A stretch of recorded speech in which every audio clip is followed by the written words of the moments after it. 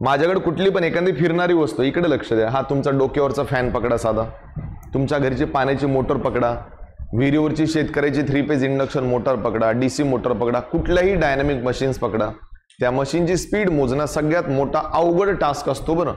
कारण शाफ्ट एवढ्या जोरात फिरतो ना की आपण डोळ्यांनी त्याला मेजर करू शकत नाही. मार्केटमध्ये ना 2 इन्स्ट्रुमेंट आहेत, जे इन्स्ट्रुमेंट तुम्ही तुमच्या कॉलेजमध्ये बघू शकता, ऑपरेट केलेले आहेत म्हणून सांगतो. एक आहे टॅकोमीटर आणि दुसरं असतं स्पीडोमीटर. दोघांचे मिनिंग सेम आहे, पण टॅकोमीटर पण 2 टाईपचे असतात. एक असतो ॲनालॉग, एक असतो डिजिटल. मग तुम्ही म्हणाल कुठे सर ॲनालॉग डिजिटल आम्ही तर कधी बघितले नाहीत. बोर्डवर तेच आहेत.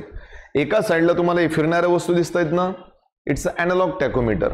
एका साईडला तुम्हाला फिरणारी वस्तू शाफ्ट सोडून बाकी सगळी ब्लॉक दिसतंय ना, इट्स अ डिजिटल टॅकोमीटर. दोन्ही ऑपरेट केलेत म्हणून मी सांगत आहे.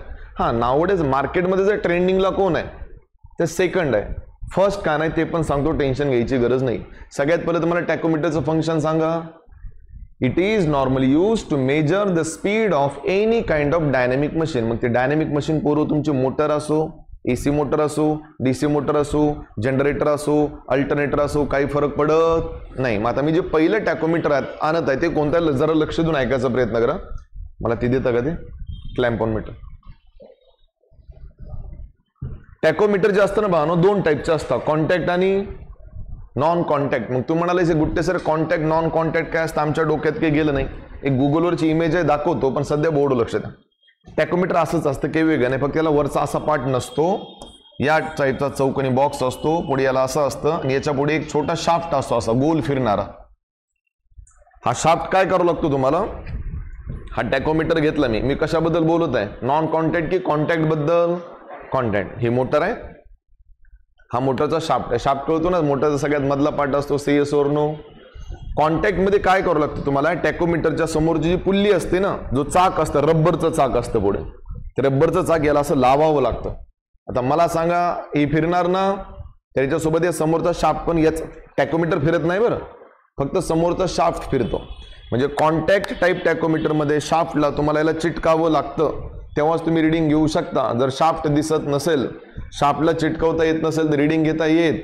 तुम्ही जर म्हटले की गुट्टे सर एका पॉईंट ऑफ व्ह्यू ॲडव्हान्टेज आहे का डिसएडव्हान्टेज, मी सांगू हा डिसएडव्हान्टेज आहे. एखाद्या इंडस्ट्रीमध्ये 50 मोटर आहेत, प्रत्येक मोटर की अशी हवेत असते का, जागा कॉम्प्लिकेटेड असते, कॉम्प्लेक्स असते, प्रत्येक व्यक्तीला तिथं हात घालता येत, आणि फिरणाऱ्या मशीन्समध्ये हात घालणं म्हणजे रिस्की आहे ना. मग मार्केटमध्ये सध्या जे ट्रेंडिंग आहे ते ॲनालॉग आहे का डिजिटल आहे, डिजिटल काय ते पण सांगतो. पहिले ॲनालॉग कडे तर लक्ष द्या. समजा ही मोटर ज्याचं आपल्याला RPM मोजायचंय, हा मोटरचा शाफ्ट, त्या मोटरच्या शाफ्टला कपल केलेला असतो DC जनरेटर. बोला. मग तुम्ही म्हणाल गुट्टे सर DC जनरेटर काम कसं करतो, पुढच्या सेमिस्टरला शिकवणार आहे, तरी पण थोडक्यात सांगतो. फॅरेडेचा एक नियम आहे. फॅरेडे काय म्हणतो, जर कॉपरची कॉईल आणि मॅग्नेटिक फील्ड जर एकमेकांना लिंक करायला लागली तर EMF बनतो ना, हो का नाही. मला सांगा, तुम्ही याचा कपलिंग DC शंट जनरेटरच्या मधल्या पार्टला दिलाय ना, म्हणजे हा फिरणार तर हा पण फिरणार, हा ज्या स्पीडने फिरणार तो पण ह्या स्पीडने फिरणार.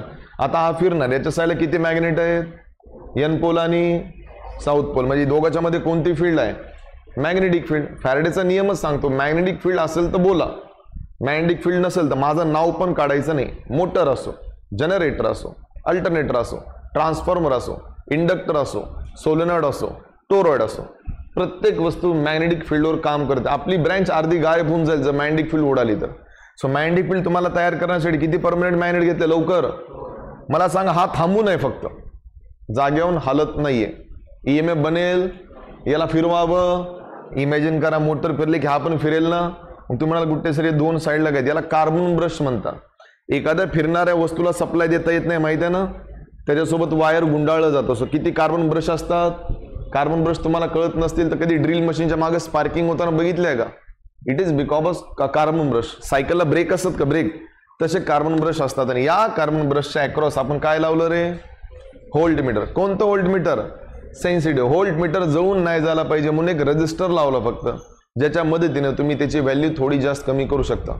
तुम्ही म्हणाल गुट्टे सर सगळं काही समजलं, पण स्पीड कुठं मेजर झाली ते सांगतो. आता लक्ष देऊ. का तुम्ही कोणाला फिरवलं, मोटर, आणि हा कोण आहे, DC जनरेटर. जरा नाव पाठ करा, लिहिले ना खाली, कोणतं जनरेटर, किती कार्बन ब्रश, दोघांच्या अक्रॉस काय लावला, व्होल्ट मीटर म्हणा, सेन्सिटिव्ह गेलं खड्ड्यात.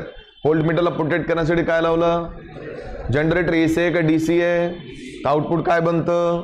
डीसी आउटपुट केव्हा बनतं? जेव्हा तो, आता इमॅजिन करा मोटर फिरत आहे, हा पण फिरेल ना, हा फिरला की ईएमएफ तयार होतो, ईएमएफ तयार होतो म्हणजे एक प्रकारचं व्होल्टेज ना. आता व्होल्टेज कोण मोजतं? आता व्होल्टेज तयार झालेलं व्होल्टमीटरने मोजलं, हो का नाही?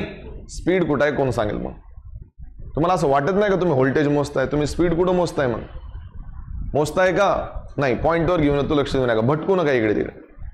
आपल्या ब्रँचमध्ये जेवढे काही मेजरिंग इन्स्ट्रुमेंट आहेत बरोबर, हे सगळे मेजरिंग इन्स्ट्रुमेंट एकाच गोष्टीवर चालतात, कोण सांगेल? It's a current. तुम्हाला बहुतेक हे सेंटेन्स मी 10 वेळेस सांगितले, तुम्ही बहुतेक लक्ष देऊन ऐकलं नसेल, आयुष्यभर लक्षात ठेवा. Every measuring instrument is a basically ammeter. काय?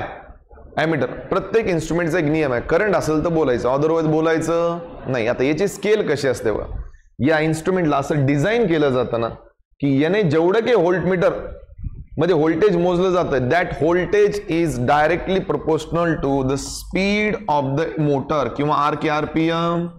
म्हणजे व्होल्टमीटर मध्ये जी रिडिंग दिसते, इन द सेन्स तुम्हाला काय दिसत आहे? मोटरची स्पीड. मग तुम्ही म्हणलं गुट्टे सर असं जमतं का? जमतं. तुम्ही रिलेशन तयार करू शकता. जसं करंटचं व्होल्टेज सोबत रिलेशन आहे इनव्हर्सली, तसं या इन्स्ट्रुमेंटमध्ये तुम्ही व्होल्टेज मोजताय म्हणजे तुम्ही काय मोजताय? आरपीएम. मग तुम्ही म्हणाल गुट्टे सर इथं व्होल्टमीटर आहे, एक काम करा ना, व्होल्टमीटर आहे ना, व्होल्टमीटरचा पॉइंटर तोच राहू द्या, स्केल काढा आणि आरपीएमची स्केल टाका. म्हणजे या व्होल्टमीटरमध्ये बॅक साईडची स्केल व्होल्टमध्ये राहते की आरपीएम मध्ये? आरपीएम मध्ये. सो सांगण्याचं तात्पर्य काय? अॅनालॉग टॅकोमीटरमध्ये बाळांनो डीसी जनरेटरचा मदत करून ईएमएफ तयार केला जातो.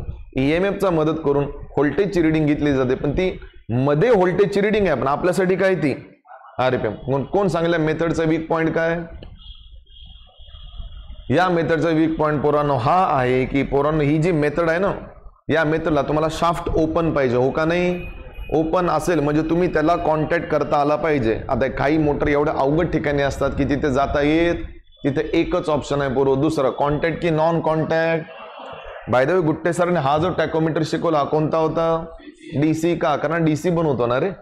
तुम्ही म्हणले एसी बनवणार, एवढा पार्ट थोडाच एसी बनवणार आहे. एवढ्याशा पार्टनं जर एसी बनला असता तेवढे मोठे मोठे पॉवर प्लांट आपण उभाच केले नसते ना. पॉइंटवर या. दुसरं कोणतं आहे? हे थोडं ॲडव्हान्स आहे, हे पण यूज केले, ते पण यूज केले. तुमच्या कॉलेजमध्ये 100% असेल, पण तुम्हाला या सेमला काही गरज नाही, बहुतेक 5th सेमला राहणार. हे कोणतं आहे रे बोरो? Photoelectric speed sensor. या मेथडमध्ये काय केलं जातं जरा लक्ष देऊन ऐका. असंच असतं ते पण, फक्त त्याला समोर एक एलईडी असते अशी, ज्याला लाईट सोर्स म्हणतात, ज्याच्या आपण बटन दाबता आणि त्याच्यामधून एक लेझर लाईट टाकता. लेझर लाईट कळते ना सगळ्यांना? पण या मेथडमध्ये ना शाफ्ट जो असतो ना बाळांनो, शाफ्टचा अर्धा पोर्शन जो आहे ना तो डार्क केला जातो, अर्धा पोर्शन तसा सोडला जातो. डार्क पोर्शनला लाईट रिफ्लेक्ट होत नाही, व्हाईट पोर्शनला लाईट रिफ्लेक्ट होते. आता तुम्हाला किती जणांना समजतं बघा. रिफ्लेक्ट होते, हा शाफ्ट फिरत राहतो ना, हो का नाही? मला सांगा, हा फिरत राहणार, इकडे फोटो सेन्सिटिव्ह किंवा फोटो इलेक्ट्रिक सेन्सर लावलेले असतात, ज्याला तुम्ही ट्रान्सड्युसर म्हणू शकता. पहिले 1-2 मिनिटात डायग्राम सांगतो, लक्ष देऊन बघा मी काय सांगतोय. इकडे हा पोरो शाफ्ट आहे, मुद्दाम शाफ्ट मोठा दाखवलाय. एवढा मोठा असतो का तो? या पेनच्या साईजचा असतो. याचा एक पार्ट काळा केला जातो लाईट रिफ्लेक्ट व्हायला, एक व्हाईट केला जातो लाईट रिफ्लेक्ट व्हायला. तुम्ही इकडून लेझर लाईट ऑन केली, लेझर लाईट व्हाईट पोर्शनवर पडली तरच रिफ्लेक्ट होईल ना, ब्लॅक पोर्शनवर पडली तर रिफ्लेक्ट होणार. बहुतेक तुम्ही ऑब्झर्व केलं का आउटपुटला तुम्हाला लाईट कशी दिसते? बंद चालू कळालं का? बंद म्हणजे ब्लॅक पोर्शन, सुरू म्हणजे व्हाईट पोर्शन. आता बंद चालू स्लो होईल का फास्ट होईल? जेवढ्यांदा लाईट या सेन्सरवर पडते, हा इन्स्ट्रक्शन कोणाला पाठवतो? काउंटरचं काम आहे मोजणे. अरे या सेन्सरचं तेच काम आहे. Photo electric sensor, one of the famous sensor which is belongs to the electronic branch. Photo म्हणजे लाईट, लाईट म्हणजे लुमिनस इंटेन्सिटी. याचं काम काय? माझ्यावर जेवढ्यांदा तुम्ही लाईट ब्लिंक कराल, मी त्याला इलेक्ट्रिक सिग्नल मध्ये कन्वर्ट करणार आणि ते इलेक्ट्रिक सिग्नल मी कुणाला देणार? याला जेवढ्यांदा इलेक्ट्रिक सिग्नल भेटणार, हा नंबर पुढे घेऊन जाणार, 1 2 3 4 5 6. आणि तुम्ही हे केव्हापर्यंत मेजर करता? किती मिनिटासाठी? 1 मिनिटासाठी. आता 1 मिनिटामध्ये समजा हा 1440 वेळेस ब्लिंक झाला, म्हणजे त्या मोटरची स्पीड किती आहे? 1440 आरपीएम. आता 1 मिनिटात जर तो 1440 वेळेस फिरत असेल, त्याला डोळ्यांनी मोजणं पॉसिबल आहे का? त्याला एकच ऑप्शन आहे, तुम्ही सेन्सरचा वापर करा. चालेल का? मग सांगा अॅनालॉग मध्ये मोडतं की डिजिटल? याचं नाव काय? फोटो इलेक्ट्रिक सेन्सर काय करतो? Photo electric. फोटो म्हणजे हा लाईटला इलेक्ट्रिक सिग्नल मध्ये कन्वर्ट करतो आणि ते इलेक्ट्रिक सिग्नल कोणाला एक्झिक्यूट करतं? कोणत्या पोर्शनला लाईट रिफ्लेक्ट होते? व्हाईटला. ब्लॅकला रिफ्लेक्ट होत. मग सांगा ऍडव्हान्स कोणता आहे? हे आहे ना. म्हणजे तुम्हाला शापच्या जवळ जायची गरज, समजा त्या चेअर पशी पण मोटर असेल तुम्ही इथून लेझर लाईट टाकू शकता, फक्त थोडं प्रॉपर पकडावं लागतं त्याला. चालेल का? येस और नो? Next line. आपण नंबर 1 काय दिलं लवकर? ही डायग्राम ड्रॉ केली ना? It's construction is same